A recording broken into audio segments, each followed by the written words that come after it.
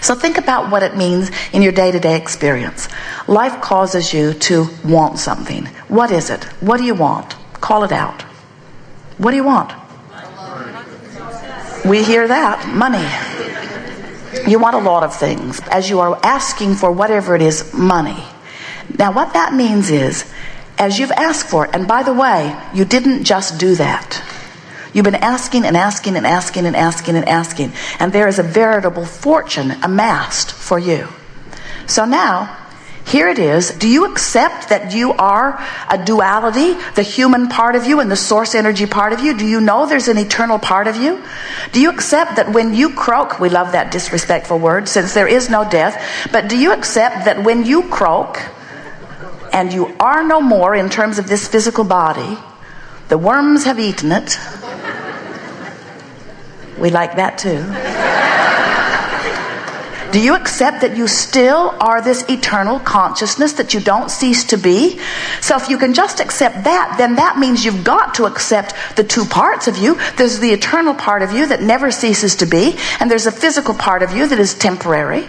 So this physical part of you and this non-physical part of you, these two parts of you have both vibrational offerings that law of attraction is responding to.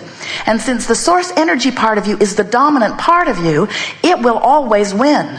It will always win. Jerry and Esther went whitewater rafting with friends. There were 6 of them that went together and several other rafts full of high school wrestlers. One of the friends that they were with, their daughter said to them as they were loading into the bus, "Did you tell these guys how old you are?" If she had gone with them, she would have been drowned early on.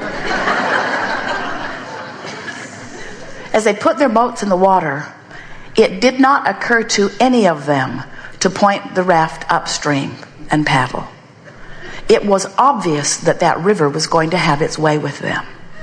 And we want you to understand that this river is going to have its way with you, because you've been at it too long. You are an eternal being, and the essence of that which you are and law of attraction's response to it means that there is a constant, powerful calling of well-being toward the expanded version of you. And when you let yourself go, oh, you feel so good, and when you don't, oh, you feel so bad.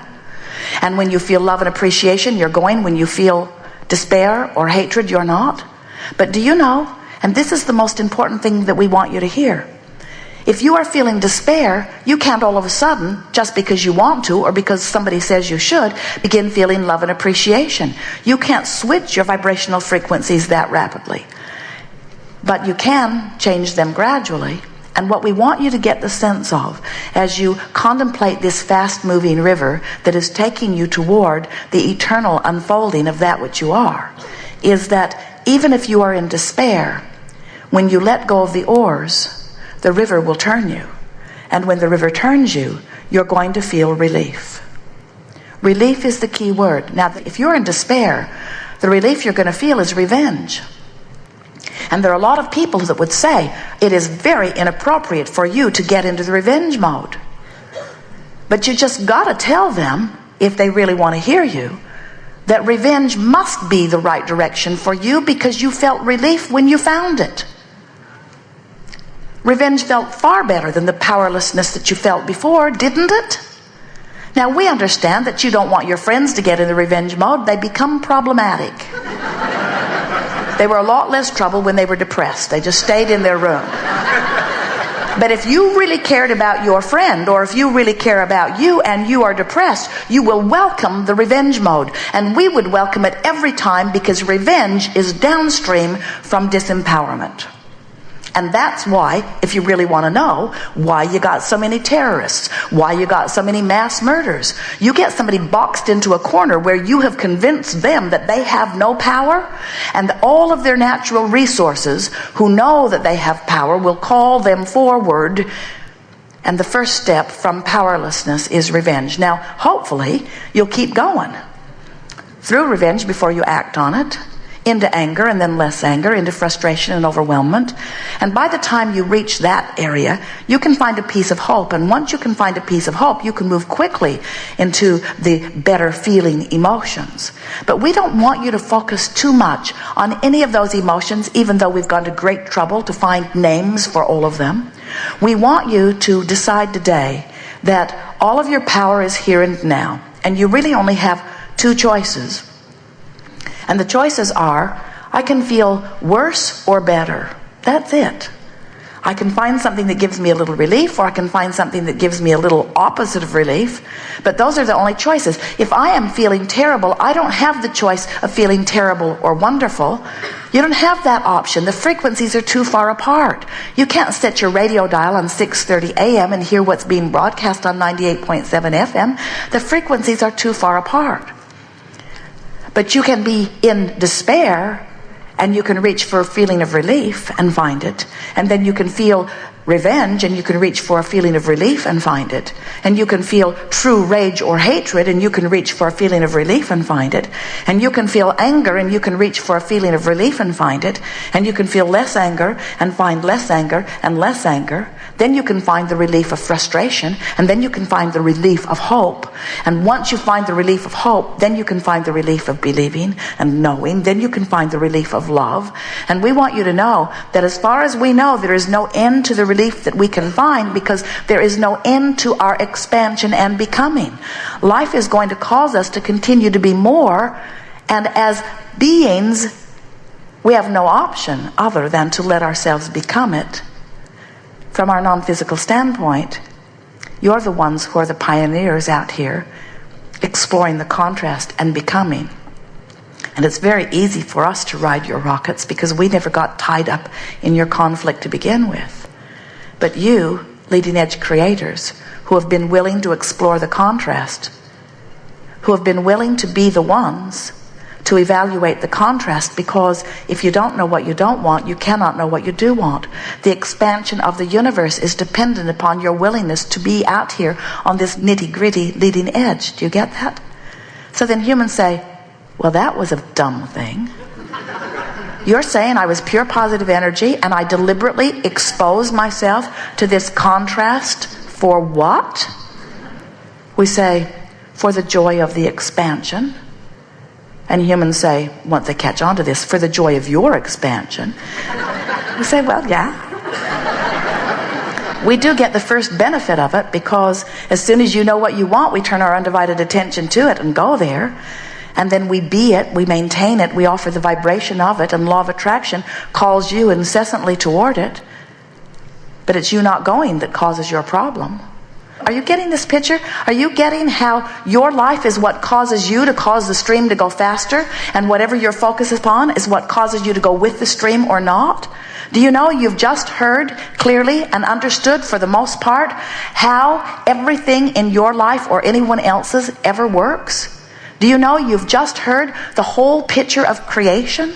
And do you know that your only job ever has been to deal with your own vibrational gap between the dualities of the eternal you and the physically focused you? That's all you've ever been up to? Doesn't it give you some sort of relief to realize that you don't have to control your government in order to feel good? You don't have to control the terrorists. You don't have to control your children. Those little terrorists. Isn't it nice to know that you don't have to try to do the impossible anymore in order to feel good? Do you know that what you have always wanted, every desire that you hold, no matter what it is, whether it's for a pile of money or a material object or a state of being or a circumstance or an event, everything that you want, no matter what it is because you believe that in the having of it you will feel better. And do you know why you want to feel better? Because the larger part of you feels so good and is calling you eternally toward that better feeling. And that's why when you let yourself go, it's so easy to be pleasant, and when you don't, it's so easy to be ornery. If you saw someone in the street bleeding and writhing in pain, we know you would help them. But when you see ornery ones, especially terrorist ornery ones, you don't want to help them. You seem to want to hurt them. And what we want you to understand is the source energy of you is always calling you toward that love. And when you do other than that, you cause separation within yourself. So we know it's hard to hear. Esther said, Abraham, I'm sure I would feel better if you would agree with me that that person is wrong. I just know I would feel better. And we say, you would feel better because you're over here offering that vibration, and if you could get us to come over there and offer it with you, then there would be no discord, and it's the discord that feels so bad. But Esther, we love you very much. We said, we're not coming. Which means you've got an option. You can come or not. If you come to where we are, you will feel ever so much better. But Abraham, do you not see what I see? Not really. We do not look there with you. And the reason you are feeling so bad is because you're looking there. Look over here. Come over here. Come over here to who you really are. No. I don't want to go over there where you are. You are disgustingly happy. Because I'm sure I am right about this. I've been taught about morality and honesty and justice. I know what's right and I know what's wrong, and that's wrong. And I will never look at that is wrong and say that it is right. We're not asking you to look at something that's wrong and call it right. We're asking you to find something that's right and look at it. We're asking you to look at something that feels good and look at it. I don't want to look at something that feels good because this is what's active in my vibration. This is where I've got my attention now. And we say, we know. You have the option of coming this way or going that way. You are so free, you can choose bondage. But if you want to be who you are, and if you want to feel the joy that is truly you, then you have to, little by little, orient yourself into vibrational alignment with your source. So many of our physical friends look around the world and you see so many injustices, and they just eat you up. And we want you to understand that the greatest injustice is applied to you by you.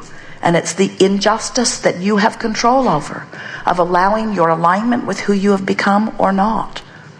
It is our desire to assist you in coming into alignment with who life has caused you to become.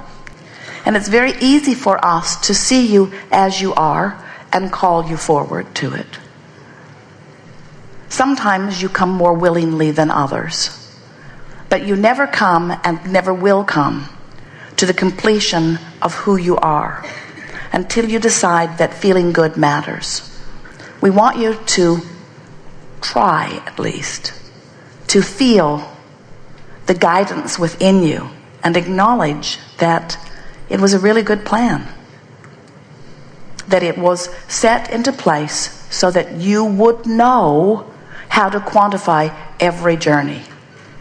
There are two things that matter very much before you can be a very easy, deliberate creator, achieving anything that you want and relatively quickly. Two things. One is you have to acknowledge that it matters to you that you feel good. Because if it doesn't matter to you how you feel, then you're not going to be willing to point in the direction of the new and improved version of you. And the other is, and this is the most difficult of all, but it is certainly easily achievable. It might take you a week to get the hang of it, but you can do it. It is our absolute promise to you. You've got to get your nose out of all of their business. You've got to not mess with other people's streams. You've got to let what they want and what they're doing and the conditions that they are dealing with, you've got to let that be their business. And you must turn your undivided attention to managing your own vibrational gap. The gap between who I'm letting myself be right here, this red hot minute, based upon what I'm giving my attention to, and who my life has become through that which I lived before I was born and everything that I've put into vibrational escrow since. You are magnificent, expansive, eternally expanding, always changing, ever expanding. Did we mention that you're expanding beings? And if you keep up with the expansion or even move in the direction of it, you feel wonderful, and when you don't, you don't. It really is that simple. That is the secret of life. The secret of life is that you are source energy in physical bodies, and that in this physical body you are causing the source energy part of you to expand, and that by paying attention to the way you feel, you can be who you are, and nothing else will ever be satisfying for you. Good. What do you want to talk about?